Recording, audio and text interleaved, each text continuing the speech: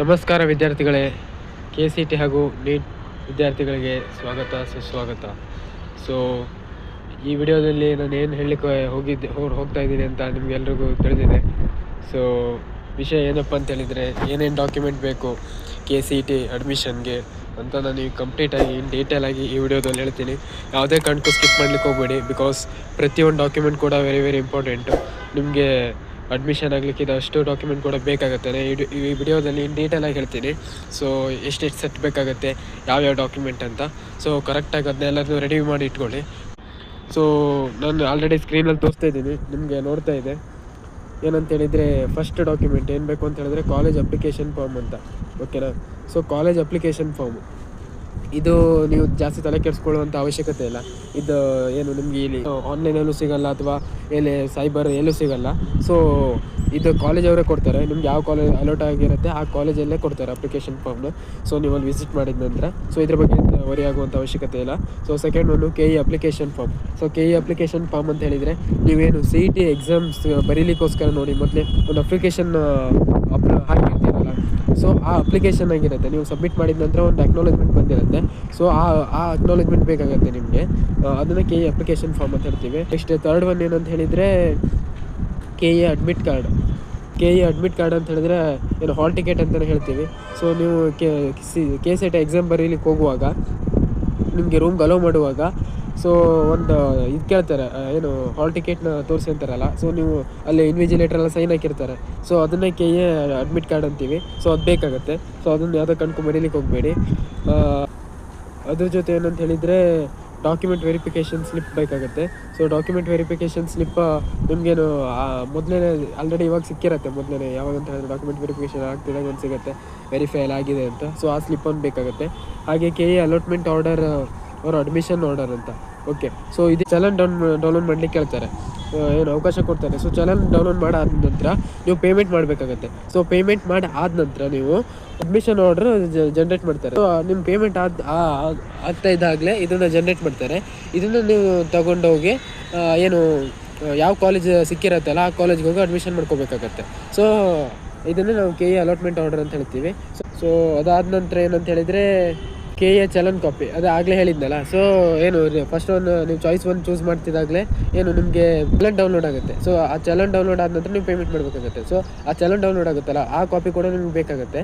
So ಇದನ್ನು ಇಟ್ಕೊಳ್ಳಿ. ಹಾಗೆ ಇನ್ನೊಂದು ಏನಂತ ಹೇಳಿದ್ರೆ ನೆಕ್ಸ್ಟ್ SSLC ಮಾರ್ಕ್ಸ್ ಕಾರ್ಡು, ಓಕೆನಾ. So SSLC marks card, original marks card ಬೇಕಾಗುತ್ತೆ, ನೆನ್ಪಿಟ್ಕೊಳ್ಳಿ. ಹಾಗೆ next PUC marks card. So PUC marks ಕಾರ್ಡಲ್ಲಿ ಈ ಕೇಸಲ್ಲಿ ಏನು ಅಂತ ಹೇಳಿದರೆ ಇನ್ ಕೇಸ್ ಕೆಲವೊಬ್ಬರಿಗೆ ಯಾರಿಗಾದರೂ ಒರಿಜಿನಲ್ ಮಾರ್ಕ್ಸ್ ಕಾರ್ಡ್ ಸಿಕ್ಕಿಲ್ಲ ಅಂತ ಹೇಳಿದರೆ, ಸೊ ನೀವು ಪ್ರೊವಿಷನಲ್ ಮಾರ್ಕ್ಸ್ ಕಾರ್ಡನ್ನು ನಿಮ್ಮ ಕಾಲೇಜಿಗೆ ಹೋಗಿ ಕಲೆಕ್ಟ್ ಮಾಡ್ಕೋಬೇಕಾಗುತ್ತೆ. ನೀವು ಎಲ್ಲಿ PUC ಮಾಡಿರ್ತೀರಾ ಅಲ್ಲಿ ಹೋಗಿ ಪ್ರೊವಿಷನಲ್ ಮಾರ್ಕ್ಸ್ ಕಾರ್ಡನ್ನು ಕಲೆಕ್ಟ್ ಮಾಡ್ಕೊಂಡು ಅಲ್ಲಿ ಸೈನಲ್ಲಿ ಹಾಕ್ಸ್ಕೊಂಡು ಬರಬೇಕಾಗುತ್ತೆ.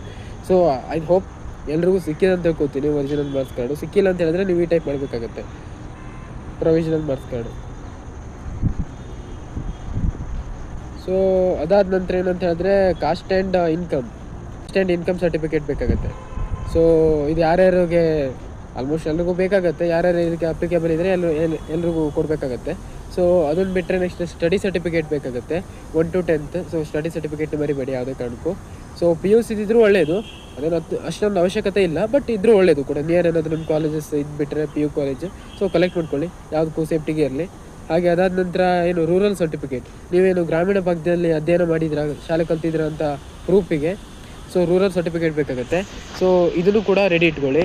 ಇದು ಅಪ್ಲಿಕೇಬಲ್ ಅಂತ ಯಾಕೆ ಬರ್ತಿದೆ ಅಂತ ಹೇಳಿದ್ರೆ, ಯಾರ್ಯಾರು ಈ ರೂರಲ್ ಕೋಟಾಗೆ ಅಪ್ಲೈ ಮಾಡಿ ಏನು ನೀವು ಎಲಿಜಿಬಲ್ ಇದ್ದೀರಾ ಅಂತ ಅಂತ ಬರುತ್ತೆ ನೋಡಿ, ಅವರಿಗಷ್ಟೇ ಜನರಿಗೆ ಅವರಷ್ಟು ಜನ ಈ ರೂರಲ್ ಸರ್ಟಿಫಿಕೇಟ್ ಇಟ್ಕೊಂಡ್ರೆ ಆಯಿತು. ಅದಕ್ಕೋಸ್ಕರ ನಾನು ಅಪ್ಲಿಕೇಬಲ್ ಅಂತ ಹಾಕಿದ್ದೀನಿ. ಸೊ ನೆಕ್ಸ್ಟ್ ನೋಡೋದಾಗಿದ್ದರೆ ಕನ್ನಡ ಮೀಡಿಯಮ್ ಸರ್ಟಿಫಿಕೇಟ್ ಕೂಡ ಬೇಕಾಗುತ್ತೆ. ಸೊ ಇದು ಅಷ್ಟೇ, ನೀವು ಕನ್ನಡ ಮೀಡಿಯಮ್ನಲ್ಲಿ ಸ್ಟಡಿ ಮಾಡಿದ್ದೀರ ಅಂತ ಹೇಳಿ ಪ್ರೂಫ್ಗೋಸ್ಕರ ಕನ್ನಡ ಮೀಡಿಯಮ್ ಸರ್ಟಿಫಿಕೇಟ್ ಬೇಕಾಗುತ್ತೆ. ಇದನ್ನು ಕೂಡ ನಾನು ಅಪ್ಲಿಕೇಬಲ್ ಹಾಕಿದ್ದೀನಿ. ಸೇಮ್ ನೀವು ಅಪ್ಲಿಕೇಬಲ್ ಇದ್ರಷ್ಟೇ ಇದು ಬೇಕಾಗುತ್ತೆ. ಹಾಗೆ 371J ಅವ್ರ ಕಲ್ಯಾಣ ಕರ್ನಾಟಕ HK ಸರ್ಟಿಫಿಕೇಟ್ ಅಂತ ಬರುತ್ತೆ. ಇದು ನಮ್ಮ ರಾಜ್ಯದ 6 ಜಿಲ್ಲೆಗಳಿಗೆ ಅಷ್ಟೇ ಸಹಿ.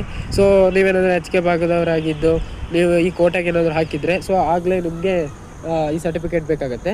ಸೊ ಅದು ಅವರಿಗಷ್ಟೇ, ಎಲ್ರಿಗೂ ಅಲ್ಲ. ಹಾಗೆ Aadhaar card this is mandatory for all students. ಇದೊಂದು ಏನು ಐಡೆಂಟಿಟಿ ಪ್ರೂಫ್ ಆಗಿ ಕನ್ಸಿಡರ್ ಆಗುತ್ತೆ. ಸೊ ಆಧಾರ್ ಕಾರ್ಡ್ ಎಲ್ಲ ಸ್ಟೂಡೆಂಟ್ಗೂ ಕೂಡ ಬೇಕಾಗುತ್ತೆ. So next special category certificates ಅಂತ.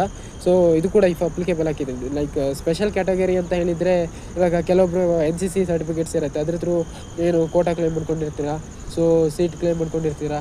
ಹಾಗೆ ಕೆಲವೊಬ್ರು ಏನು ಹ್ಯಾಂಡಿಕ್ಯಾಪ್ ಇರ್ತಾರೆ. ಸೊ ಈ ಟೈಪ್ ಸ್ಟೂಡೆಂಟ್ಸ್ಗಳಿಗೆ, ವಿದ್ಯಾರ್ಥಿಗಳಿಗೆ ಈ ಸರ್ಟಿಫಿಕೇಟ್ ಬೇಕಾಗುತ್ತೆ, ಸ್ಪೆಷಲ್ ಕ್ಯಾಟಗರಿ ಸರ್ಟಿಫಿಕೇಟ್ ಅಂತ. ಸೊ ಇದನ್ನು ಕೂಡ ಇಟ್ಕೊಳ್ಳೋದು ಮರಿಬೇಡಿ. ಅದಾದ ನಂತರ ಏನಂತ ಹೇಳಿದರೆ other reservations. So other reservation ಅಂತ ಹೇಳಿದರೆ ಲೈಕ್ ಮೈನಾರಿಟಿ ಅವರು ಸರ್ಟಿಫಿಕೇಟ್ ಇರೋರಿಗೆ ಕೆಲವೊಬ್ಬರಿಗೆ, ಹಾಗೆ ಬೇರೆ ಯಾವುದು ರಿಸರ್ವೇಷನ್ಸ್ ನೀವು ಏನು ನಾನು ಹೇಳಿರೋದು ಬಿಟ್ಟು ಬೇರೆ ಯಾವುದು ರಿಸರ್ವೇಷನ್ಸ್ ಇರುತ್ತೆ ಅದಕ್ಕೆ ತಕ್ಕನ ಹಾಗೆ ಸೊ ನೀವು ಆ ರಿಸರ್ವೇಷನ್ಸ್ ತಕ್ಕಂತಹ ಒಂದು ಸರ್ಟಿಫಿಕೇಟ್ಸನ್ನು ನೀವು ಇಟ್ಕೋಬೇಕಾಗುತ್ತೆ. ಓಕೆನಾ? ಸೊ ಇವಿಷ್ಟು ಡಾಕ್ಯುಮೆಂಟ್ಸ್ ಆಗಿರುತ್ತೆ. ಅದೆಲ್ಲ ಎಷ್ಟೆಷ್ಟು ಬೇಕು ಅಂತ ನೋಡೋದಾಗಿದ್ದರೆ ಪ್ರತಿಯೊಂದನ್ನು ಕೂಡ ನೀವು 3 ಸೆಟ್ಸನ್ನು ಇಟ್ಕೊಳ್ಳಿ. ನಾನು ಇಲ್ಲಿ ಆಲ್ರೆಡಿ ನೋಟ್ ಮಾಡಿ ತೋರಿಸಿದ್ದೀನಿ ನೋಡಿ, 3 ಸೆಟ್ಸ್ ಅಂತ. ಸೊ ಯಾಕೆ 3 ಸೆಟ್ಸ್ ಹೇಳ್ತಿದ್ದೀನಿ ಅಂತ ಹೇಳಿದ್ರೆ ಕೆಲವೊಂದು ಕಾಲೇಜವರು 2 ಸೆಟ್ಸ್ ಕೇಳ್ತಾರೆ, ಕೆಲವೊಂದು ಕಾಲೇಜವರು 3 ಸೆಟ್ಸ್ ಕೇಳ್ತಾರೆ. ಸೊ ನಾನು ಅದಕ್ಕೆ ಹೇಳ್ತಿರೋದು ಯಾವುದೇ ಕಾರಣಕ್ಕೂ ನಿಮ್ಗೆ ಗೊತ್ತಿಲ್ಲ ಯಾವ ಕಾಲೇಜ್ ಸಿಗುತ್ತೆ, ಯಾವ ಕಾಲೇಜಲ್ಲಿ ಎಷ್ಟು ಕೇಳ್ತಾರೆ ಅಂತ. 2 to 3 ಅಂತೂ ಬೇಕೇ ಬೇಕು, ಮಿನಿಮಮ್ 2 ಬೇಕು. ಕೆಲವೊಬ್ಬರು 3 ಕೇಳ್ತಾರೆ. ಸೊ ಅದಕ್ಕೋಸ್ಕರ ನಾನು ಹೇಳ್ತಿದ್ದೀನಿ ಏನಂತ ಹೇಳಿದರೆ 3 ಸೆಟ್ಸ್ನ ಇಟ್ಕೊಳ್ಳಿ. ಸೊ ನಿಮಗೆ ಒಳ್ಳೆಯದಿದ್ದು ಇಟ್ಕೊಂಡು. ಹಾಗೆ ಅಟೆಸ್ಟೆಡ್ ಕಾಪಿ ಆಗಿರಬೇಕು. ಅಟೆಸ್ಟೆಡ್ ಕಾಪಿ ಅಂತ ಹೇಳಿದರೆ ಏನು ಗೆಜೆಟೆಡ್ ಆಫೀಸರ್ ಸೈನ್ ಆಗಿರಬೇಕು. ಸೊ ನಿಮ್ಮ ಹೈಸ್ಕೂಲ್ ಹೆಡ್ ಮಾಸ್ಟರ್ ಮಾಡ್ತಾರೆ, PUC ಪ್ರಿನ್ಸಿಪಾಲ್ ಮಾಡ್ತಾರೆ, ಡಿಗ್ರಿ ಪ್ರಿನ್ಸಿಪಾಲ್ ಮಾಡ್ತಾರೆ, ಗೌರ್ಮೆಂಟ್ ಹಾಸ್ಪಿಟಲ್ ಡಾಕ್ಟರ್ಸ್ ಮಾಡ್ತಾರೆ, PO ಇರ್ತಾರಲ್ಲ ತಾಲೂಕು ಆಫೀಸರ್, ಸೊ ಅವರು ಕೂಡ ಏನು ಅಟೆಸ್ಟೆಡ್ ಮಾಡ್ತಾರೆ. ಸೊ ಅವ್ರ ಹತ್ರ ಅಟೆಸ್ಟೆಡ್ ಮಾಡಿಸಿಟ್ಕೊಳ್ಳಿ.